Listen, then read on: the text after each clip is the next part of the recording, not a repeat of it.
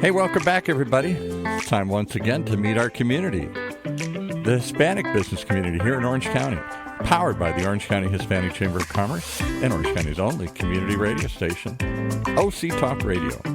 Today, we're expanding that definition of our community. We're going to really embrace the world here today with the man who's been everywhere and knows everybody, John Gutierrez. Welcome, everybody, to our community podcast show powered by the Orange County Hispanic Chamber of Commerce. I'm your host, John Gutierrez. And with us today, we have another special guest, Aarti Kaushal Chopra. Did I say that right? I've been waiting for 20 minutes to see how John was going to pronounce that. Yes, I'm so sorry. She's the founder and president of course, BE SANSKRITI Legacy. She's the only positive social impact organization in OCIE LA for social responsible businesses, ancient Indian wellness and education programs such as yoga, meditation, breathing, Ayurveda,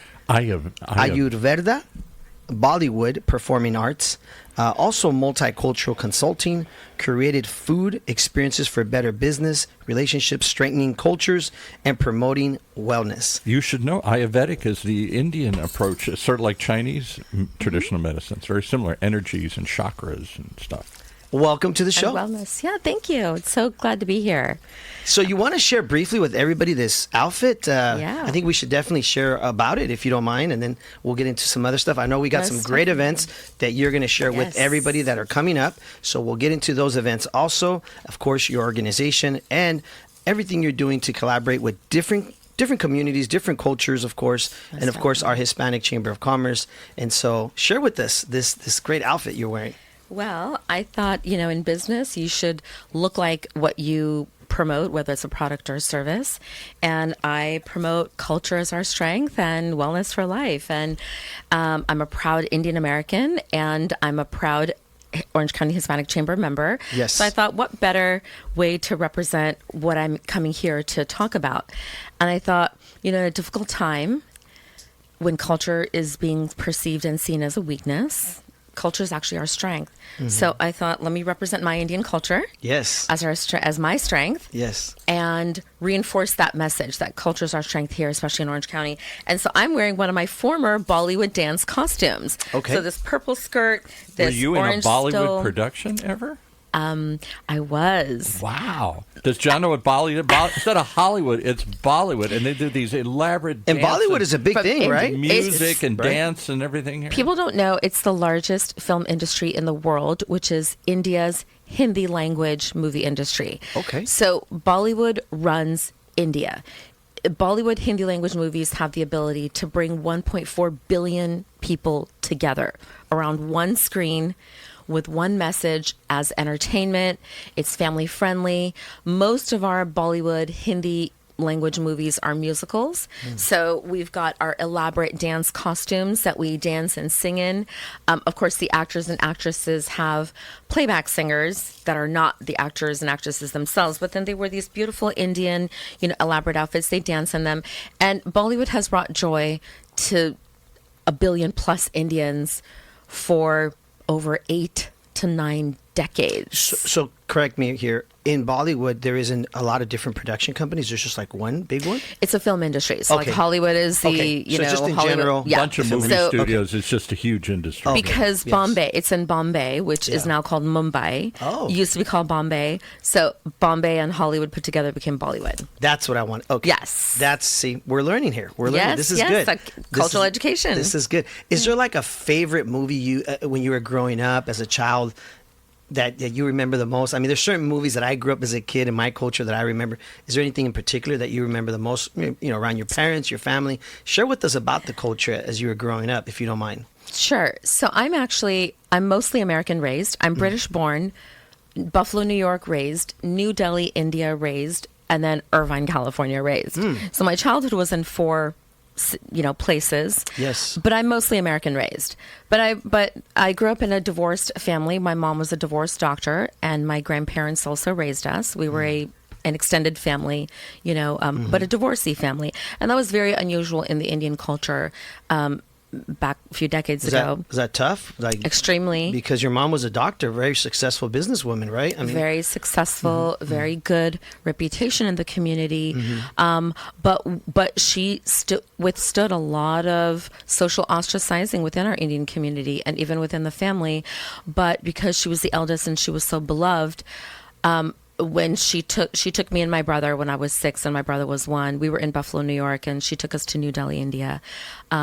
She separated from my father, and then a divorce happened after that. It was very bitter. There was a bitter custody battle, and it was extremely hard. Not many Indian families went through divorce at that time. I mean, typically. So it's very new in the culture, in the community. It was like. It was unheard of. Not just new. Yeah. Wow. New and completely unheard of and not done. And in fact, because my mom was in Buffalo, New York, she wasn't in India, but she didn't have any family support. So same thing in England where I was born. I was a few months. Somebody wants to know if your father was Indian too, or was yes, he both American? My parents are Indian. And I come from the typical doctor, engineer, middle-class Indian family. So dad was an electrical engineer. Mom was a doctor. But my That's mom... very common. That's why I said I come from the typical doctor engineer that's what I'm saying. Indian For people family. listening, right, that may not know that, that's such a common thing, right? In the Literally. community. Yeah. Because I live in Irvine, and most everybody I run into, they're either doctors or engineers, and it's a big Indian community. Exactly. Yeah. Irvine has one of the largest Indian communities in the nation, not just in Orange County or California, but in the nation. Really? Oh, yeah. Every Indian around the world literally knows another Indian in Irvine. Yeah, at my son's school, right there at Northwood High School on Portola, on Saturdays when he has football practice and I'm dropping him off, sometimes they're playing that game. Cricket. Yes. And, I've never seen that. That game. I'm sorry. That bat and ball game. Yes, I couldn't remember the game. But it's interesting because I've never gone to a high school and actually seen somebody playing that game, right? So to see it, I was like, I pulled over and I'm like watching them play What it. is this? And I was trying to like understand it, as they were running around. I mean, obviously to me it felt that like English sport that gave birth to baseball. Is that where baseball came from, Paul? Yeah, it's a ball and bat sport. I'm sorry, I don't follow a lot of baseball. Instead of runs. So really? Yeah, and or wickets instead of bases. Wasn't the former? I'm not trying to antagonize you, Han. No, we're not supposed to say Pakistan and India in the same breath here because of difficulties and fights forever. But my lineage is from present-day Pakistan. So, but wasn't the past president? I've forgotten his name now. The cricket star. I think he was. What was his name? I think he's under indictment now or something. That was in Pakistan. That was Imran Khan. He was a really good player. Oh yeah, star player. Yeah. So in India and that region, typically. Stars will become either like you go from modeling to like if you're in the modeling industry you'll go into the beauty pageant industry. Really? Then from there from beauty pageant industry the next step is the Bollywood Hindi language movie industry or the other regional language industries. So Bollywood is Hindi language, which is like in Africa Swahili is the main language. So in most of India Hindi is the main language and I speak, read, write Hindi. And who's the former Miss World that became the superstar? Oh, there are 3 of them. Aishwarya Rai. Oh my God. Right. She was voted the world's 100 most beautiful women. Really? In her time. Look her up. Yeah, right. Yeah. Aishwarya Rai. And Time's also most influential women back in her day. So that's also the path she went on. So from modeling to beauty queen, beauty pageant. Once you're beauty queen, you kind of go into the Bollywood film industry. And then once you're done with the Bollywood film industry, your years are over, then you go into politics. That typically has been the trajectory of those families. And they're still dynasty families and all that. But I'm from New Delhi, the capital. My family's from there. So it's like being in Washington, D.C. So I heard a lot about politics. There's a lot of patriotism if you're from New Delhi. New Delhi is also the melting pot because it's the capital. You get to see all of India in New Delhi. So I had the benefit of being exposed to that as a child. How many different ethnicities and languages make up that multi-language, multi-ethnic country? I can't even keep track of them. India is a continent in and of itself, and oftentimes it's called the Indian subcontinent, which Pakistan was cut out of, Bangladesh as a country was cut out of, Bhutan, Nepal, Sri Lanka, about 100 years ago, even Afghanistan was cut out of what used to be India. So the whole region is called the Indian subcontinent, and India itself, what's left of it now, each state has its own language, its own food, its own dress, its own customs, and a lot of times the languages are not intelligible. And then within those regional languages, there are dialects. And then within those dialects, if you go to the villages, each village has its own dialect. So we're talking thousands of dialects and thousands of languages. I will tell you, I saw a special once on India, and the one thing that they stood out a lot was all the spices. Right? Look what I brought some for you guys. Oh, check this out, Paul. Come today without spices. She brought food for you? I come with gifts with love from India. Yes. So our tradition. So since you brought up spices, Isn't I have something it's like for you guys. It's a big thing, right? Well, that's what India was invaded and colonized for, only for 1,000 years and counting, just until 79 years ago. And they spread that to Thailand, the Thai, the curry spices and everything. Most definitely. So I Curry's so good. come bearing gifts. And since you asked about spices, I thought, what better way than to start off our day spicy? I'm dressed all colorful. What is this? Color and spices are why India was invaded by the world and colonized for over 1,000 years. This is called chaat masala. Chunky, actually, the brand is Chunky Chaat Masala. Is this where they make the chicken masala? No, this is one type of chaat masala. I was like, how am I going to represent the Hispanic culture today? And not really represent. It's okay. But focus on the culture. I know. You guys, yes. No, so this is great. This is very strong if you smell it, Oh, but wow. this is I can meant to smell it. go on fruit. So I brought smells so something good, Paul. that Smell you that? can put on fruit. Oh, All that's- kinds of fruit. Just like the way it is? Exactly the way it is. Just like how you would use like chile con limon or tajin. So a little bit of lemon and chaat masala goes the distance. Use it sparingly though. But India was colonized, invaded, attacked, occupied for its spices. Because, in the West they couldn't keep their meat good Can I without ask you about spices. one So of those spices spices? actually Tajin. You mentioned tajin, which I see on. I get a Mexican margarita now. They put tajin on the rim. Isn't it an Indian spice? No, that's a Mexican That's spice. a Mexican Yeah, spice. tajin. But I tell you, Mexicans and Indians, I keep saying we are so alike. And I'm Punjabi, so the region that I'm from in India is in North India. My whole lineage is Punjabi. My dad is from the Indian state of Punjab in North India. And then Pakistan has also a state of Punjab. My grandparents were from what became Pakistan, so they're on the Pakistan Punjab side. But 1946 before it became Pakistan. 1946, India got its independence in 1947. In 1946, because they saw what was happening with the British Empire, they were going to leave India, but they left it in ruins and they left it divided. So the people living in that region of India, which now became Pakistan, or it is now called Pakistan, they moved to New Delhi as refugees in December 1946, seeing the writing on the wall to escape, the big exodus, the big, there were murders. It was not a bloodless independence for India. Because India lost its land to Pakistan and Bangladesh, and there were 5 to 10 million people that had to go across the new border, and my grandparents were one of them. Before it became a border, they came to New Delhi. So I am the grandchild of India's freedom fighters and refugees. So those of us who are Repeat that again. That's powerful. It's right? I am the grandchild of grandparents. India's freedom fighters. Yes, that says a lot, right? They went through so much. Oh. And nobody really knows India's history and Pakistan's history. It's extremely painful. It's painful for both sides. And media narratives and political narratives won't tell the real story. But because my lineage is from Punjab, which is on both sides in India and Pakistan, and my grandparents are from what became Pakistan, Punjab, they came to New Delhi as refugees. In New Delhi, where I'm from, where my mom's family is from, is also from the Punjab side of New Delhi. They're from West Delhi. And isn't West Punjab Delhi, from like up in the northwest? North. It's in the northwest frontier. Right. So my family's from West Delhi, and West Delhi is where all the refugees, children and grandchildren were born and raised and settled. So my family's from West Delhi, which is Punjab. My dad is from the state of Punjab. My grandparents were originally from what is now Pakistan, Punjab. And it's so not Punjab they're is where still fighting over it as recently as a month ago. Yeah. She rolls her eyes. For those of you not watching the show, listening, she just, when Paul asked that, she just heard like, big eye roll. My eye rolls will tell a lot of yes, history. it was like her eyes just went like, Paul, that's a loaded question, Paul. But that's Kashmir. Yeah. So I'm from Punjab. There is some political, differences, I'll say, in Punjab. But what I want to share is really the history. And what you're referencing, what happened a few months ago between India and Pakistan, is disputed territory over the state of Kashmir. India claims Which is Kashmir. just north of It's the northernmost state in India. India has always claimed Kashmir. I know the history of Kashmir. Someone else might disagree with my version of the history of Kashmir. So I don't go there because it is very political. I can speak about Punjab, which is where my family is from. But what I want the people to know about Punjab in India is that it is where invasions happened through.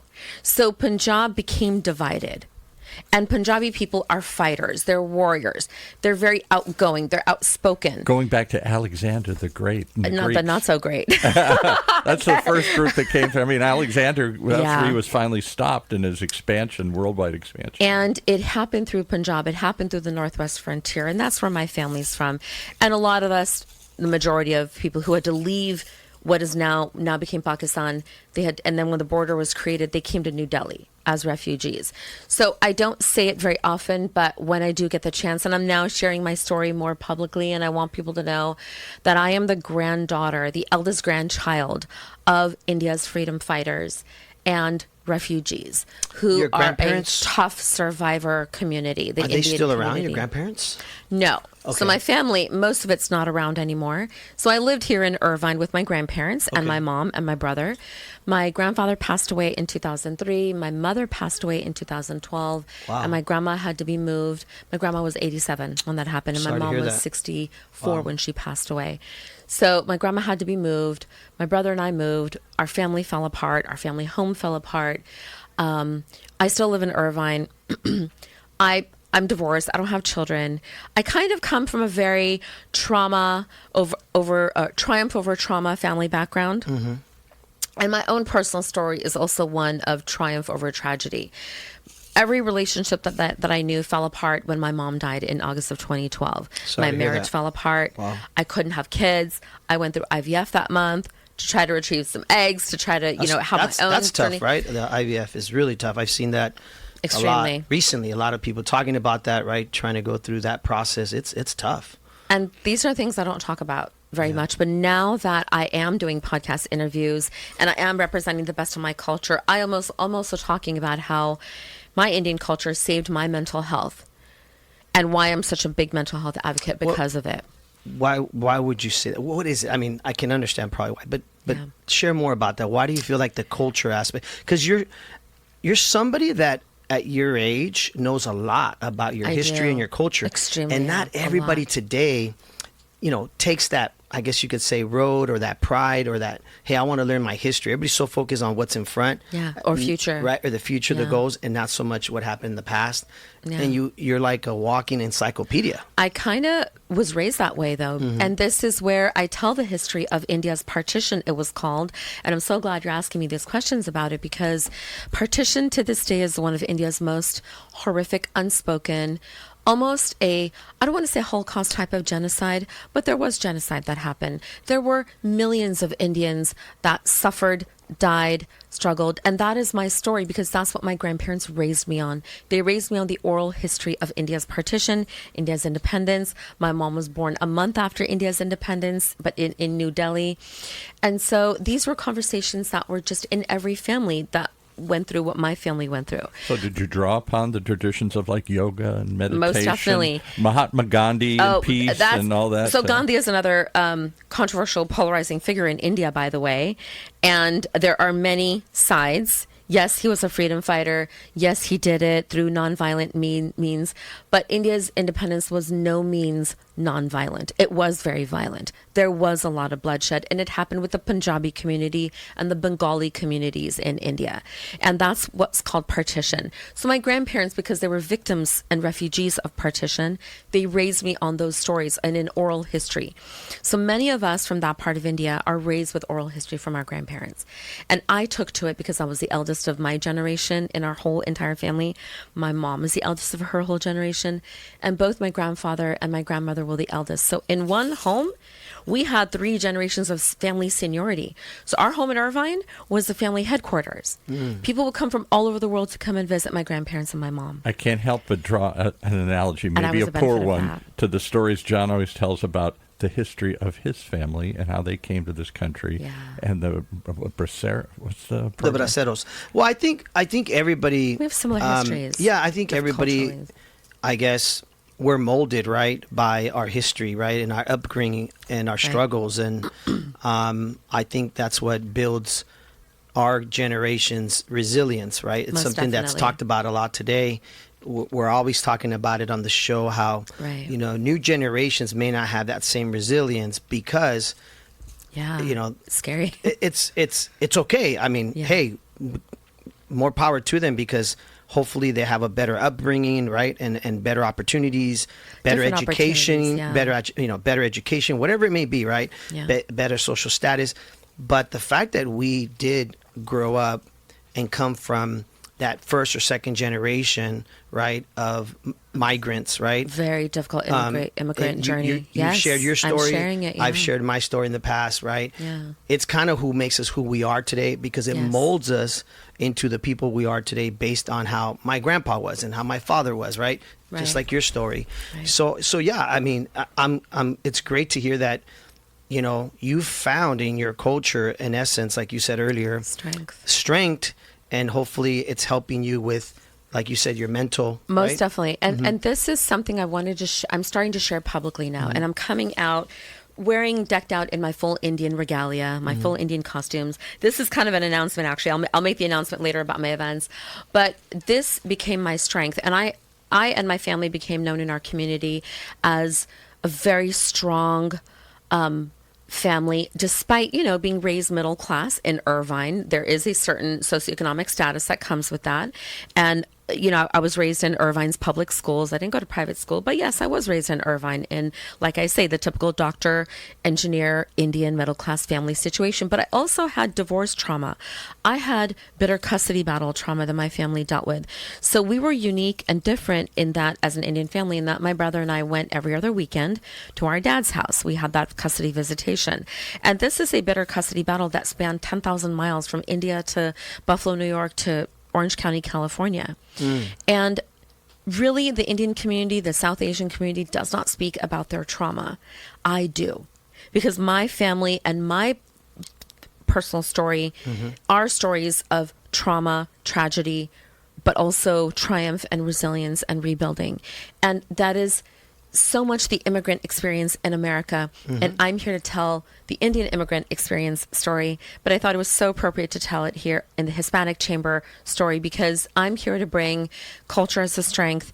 And because my grandparents raised me on the oral history of India's independence and partition, and just Indian history in general, and our background, like I'm Hindu, and they taught, you know, I was raised Hindu, and I'm a practicing Hindu, but I'm also an educator.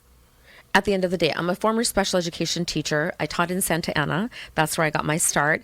And being exposed to the Hispanic community gave me a whole other humbling immigrant American experience that I carry to this day. And I want to share that the Hispanic community had a great positive influence in my family and my upbringing. That's great. We couldn't, and Indian immigrant families, we often hire, you know, house help, our gardeners. Most of our help is of Latino or Hispanic origin. As Indian families, we can't live our lives without this help. And so these, you know, the help that we had became members of our family. And that's how my family was. That's how many Indian families are. And what we do is we then refer our help. And there are many like Hispanic house help that only work with Indian families because we will recommend and refer. And then what we also do is we'll adopt a lot of people that are our help.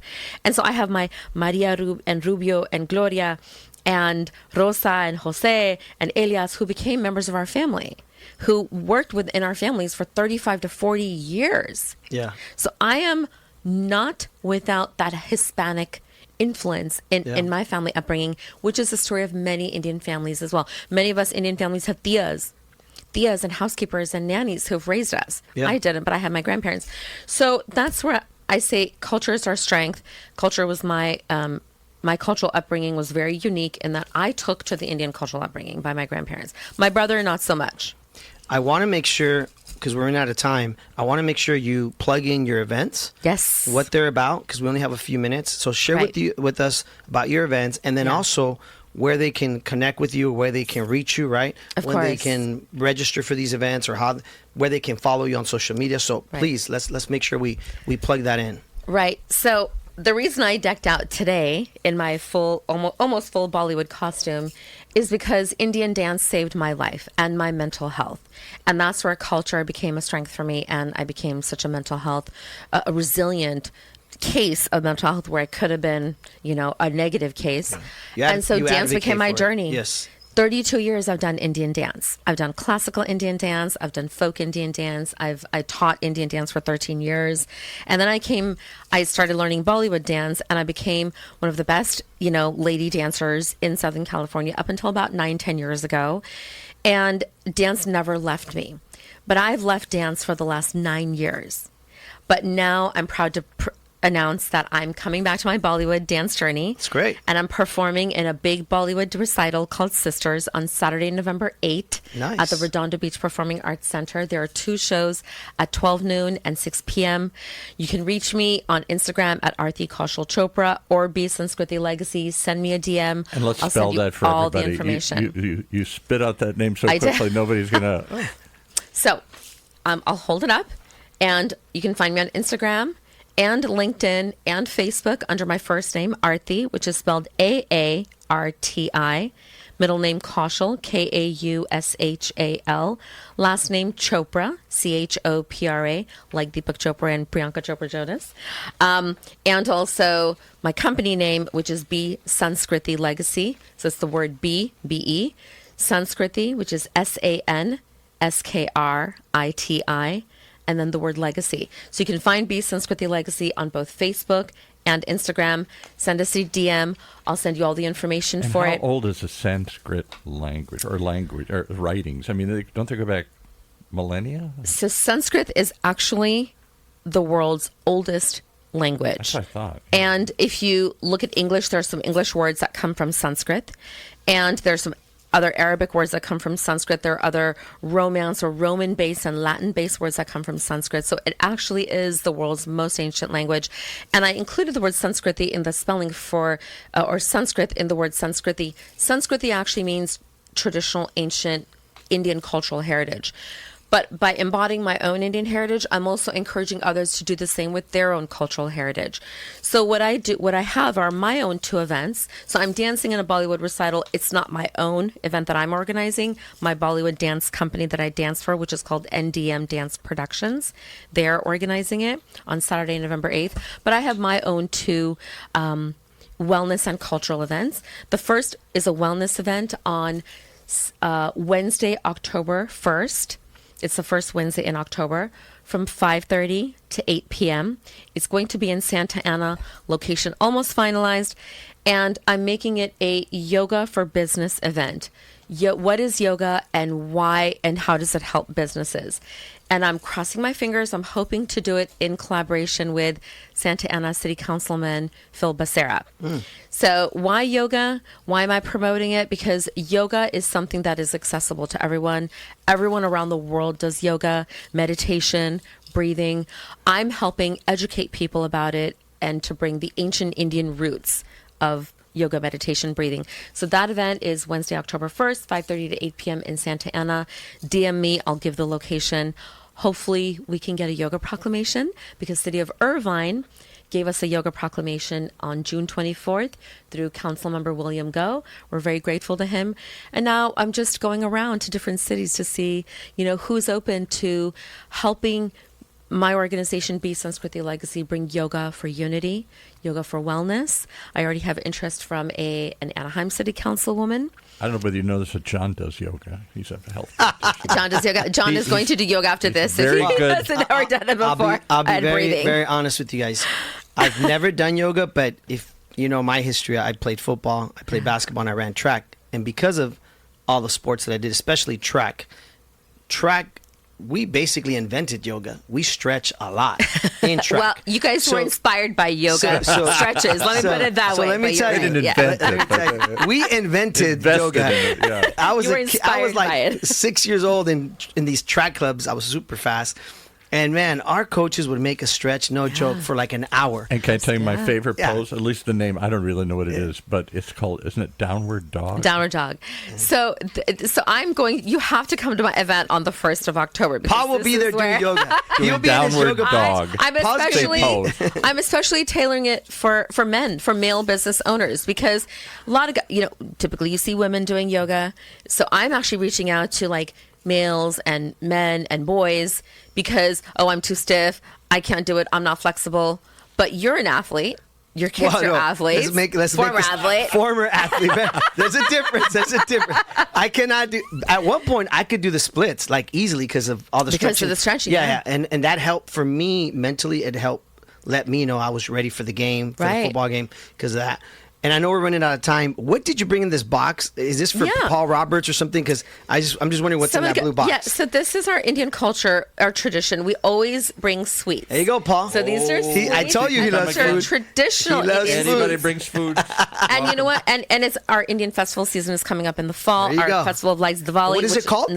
So this is it's called sweets. The Okay. Indian word for it is mithai. Okay. Mithai. So it's just Indian sweets made with like ghee, which is clarified butter, and of course lots of sugar and lentils. Oh. A lot of this is lentil based. My mom lentil eats and a wheat lot of based. lentils. Lentil-based Yes. sweet, Lentil, a bean-based sweet. No, it's a legume, not a bean. It's a legume. Oh, okay. Legume. I don't know the Wow. difference of But that. me neither. But warm this up for 10 seconds. There you go, Paul. Don't do it for 11. You will burn your tongue, and then don't say I didn't warn you so. Okay, all right. 10 seconds, and this is our tradition to offer sweets And then you have to get into our the guests. Our downward producer- dog pose. Paul loves From India with love, and then more love. I brought something healthy. These are lychee fruit. Oh. So lychee Have you fruit ever had like is lychee? something. A lychee is so good. I don't see them very often, but like Very- lychee flavored ice creams and other And drinks Yeah. and Yes. cocktails. So I thought, well, let me just bring the real lychee because this is a traditional fruit in India. It's also traditional in most of South Asia and Southeast Asia. So this is healthy I for don't you. think I've ever You have actually to- seen the real fruit. It's right And here. it's got Is it? the- Oh, is this and what? it's it's Yeah. got the shell on it, so you have to take off the shell I was going to say, what do? You with a crack the little. shell? You use like a little knife or just with your fingernail and crack it open. It's very fleshy inside, white and fleshy. Does Looks it like a little taste like onion. pistachios See? or something? It's We've very learned- sweet and fleshy. We've Lychee. learned so much today about Just history, today. culture, Spices. clothing, right? Like, I mean, Masala. spices, sweets. Mithai. Wellness I mean, and healing. Mithai. If Yeah. this podcast didn't have it all, I don't know which one did. And I didn't even bring the Indian food yet. This is just a little we've spicy learned a lot. sweet. Unfortunately, And we've the- run out of time. We're actually over a few minutes, but I want to thank everybody for tuning in. I have one more event. Yes. Wednesday, November 12th, 5 to 9 p.m. I'm doing a Diwali celebration of lights for businesses exclusively at Tandoor Indian Restaurant in Orange. Please save the dates for both of my yoga for business event, Wednesday, October 1st, 5:30 to 8 in Santa Ana, and my Diwali Festival of Lights for businesses. And what is Wednesday, Diwali? November I've heard 12th, that 5 term. to 9 I p.m. don't even know what importantly, I think Diwali it's is. important they Oh, right. follow you on social Orange. media. Follow me on both of my Yes. Follow you so they can Instagram see and what's going on, Facebook right? and LinkedIn. Because you have a lot of Correct. information there. You have the And I'm flyers. going to give you have one everything. more minute to Absolutely. answer my question. What's Yes. Diwali? I've heard that. Diwali term. is also pronounced Deepavali. It's made up of the word Diba or Deepa and then Wali or Diya and Wali, which means sacred oil lamp made of clay and then that which gives light. So in a time of darkness, Diwali is our festival of light. That Okay. is Is that represents when they put like triumph. paper boats into the river and all You that can kind put of the stuff? little clay oil lamp in the water and it'll Yeah. float in the water, right? As long as it's made of real clay. Okay. And so it basically signifies light over darkness, triumph over tragedy, good over evil, all the goodness. And there's a whole religious Hindu epic that goes with it. But it's a beautiful cultural celebration, and I'm going to share it with the business community on Wednesday, November 12th in Orange. Wednesday, November 12th. Thank October you. 1st. Thank you for Yoga. being with Please us, join Aarti. me. We really appreciate all you shared. Thank you for And sharing. Bollywood, too, my yes. Bollywood event, yeah. Folks, there you have it. Follow me, and I'll give you all the deets. Yes, and, follow our and social special, membership discounts, too, for those of you who are listening in. And if you reference the Orange County Hispanic Chamber of Commerce podcast today, I'll throw in some extra gifts, too. There you you have go. to DM me to find out what those gifts Free will be. gifts, free education. It doesn't get any better. And food. I'm going to bring the food next time. We got to go, folks. Thank you for tuning in. We will see you guys again on our next show. Thank you so much. And Good luck. namaste. Yes. Namaste to all. And we wish you all the best. Thank you. And again, Looking forward thank you to for seeing- tuning into our community podcast show powered by the Orange County Hispanic Chamber of Commerce. Thank you.